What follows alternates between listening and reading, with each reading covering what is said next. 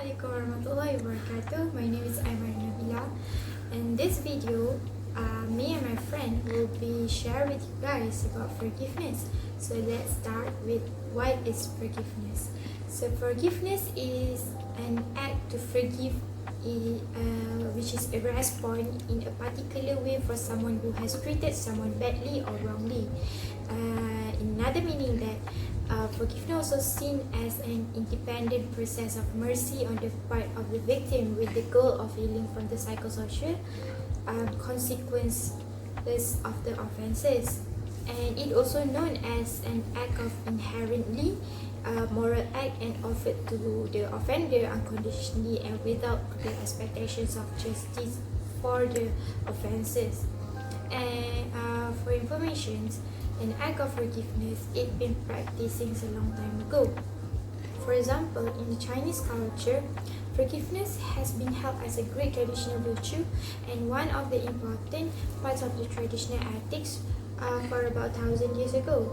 So the concept of forgiveness is actually been addressed by every major world religion, including Christianity, Judaism, Buddhism, and of course in Islam too. So usually when we want to make a decision to forgive or to seek a forgiveness, we will refer back to our religion. So here religion act as a framework that will guide the way of our life. So here we can see a clear link, a clear relationship between forgiveness and religion. So now let's move in what is forgiveness in Islam. So forgiveness in Islam actually has been extensively been discussed in the Quran, Hadith, and there is some narration too. So an act of forgiveness signifies the offenses and the sin of someone who has purposely or mistakenly done you wrong. For example, such as an act of insulting you by someone's words, stealing your property, beating you. So in Islam, it also emphasizes that we usually heard about this phrase, right? We forgive, but we do not forget. So behind this phrase, there is a good thing about this phrase, which is we have to forgive someone, but we cannot forget about what someone did to us. In Islam, it emphasizes to forgive but do not forget it because we don't repeat the same mistake again and again. For example, such as this person lying to us about something, we have to forgive them, but do not forget what they have done to you. It is because so you won't be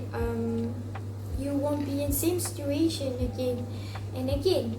So in the next video, my friend, there is an interesting video that made by my friend will be share about more about importance of forgiveness in Islam, and there's some example stories, the Quran, some examples of Prophet, and some examples of Quran and Hadith about forgiveness.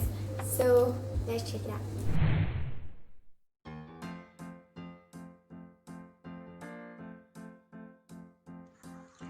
From Allah Ta'ala brings joy, reassurance and peace of mind, healthy and strong body free from diseases and disabilities, safe from fitnah and afflictions, give you what you need means Allah love you, guarantee of Jannah crusher for the hereafter, and the last one is remove the burdens of sins. From human, in terms of giving, it will lighten your heart and improve your physical ability, and for seeking, it will bring peace to relationship and lower your ego. Let them pardon and overlook. Would you not love for Allah to forgive you? Allah is forgiving and merciful. Surah An-Nur, chapter 24, verse 22. Abdullah ibn Umar reported, the messenger of Allah, peace and blessings be upon him, was upon the pulpit and he said, Irhamu turhamu wa wafiru ya wafirullahu lakum. Be merciful to others and you will receive mercy. Forgive others and Allah will forgive you.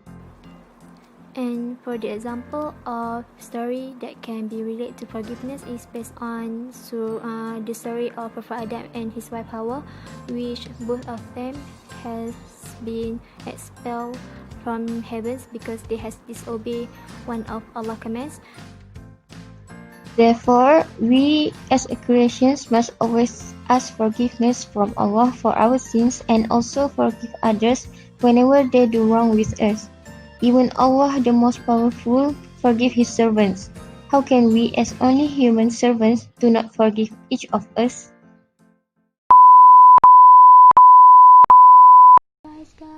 Guys, please wait for another minute.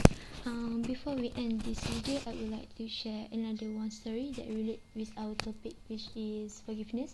And this is the story of when the Prophet went to Taif with Zaid bin Hanisah to spread dakwah at the people of Taif. So what happened is that they went to Taif to spread dakwah to change the belief, the faith of Prophet, the belief of people of Taif towards the oneness of God, and also for them to embrace Islam.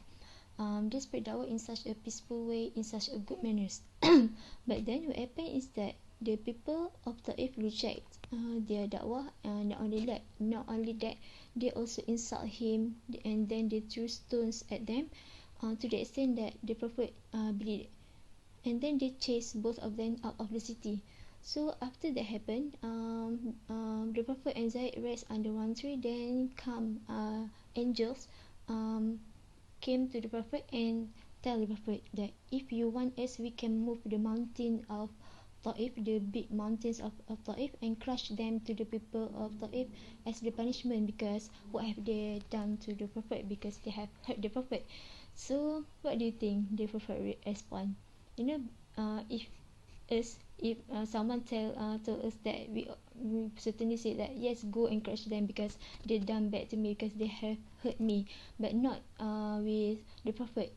The Prophet, as we know, the most kind human being in this world, he forgave them, and not only that, he also prayed for Allah to forgive them, and then pray to Allah to give guidance, to give hidayah for them. What can we take from this story is that the Prophet was sent to us from Allah as the example that we can follow in our daily life. So one of the things that the Prophet do is that he forgive people without regardless of what they have done. So I think that we also must follow the example that have been showed by the Prophet Muhammad SAW. So that's all for me. Thank you, and Assalamualaikum warahmatullahi wabarakatuh.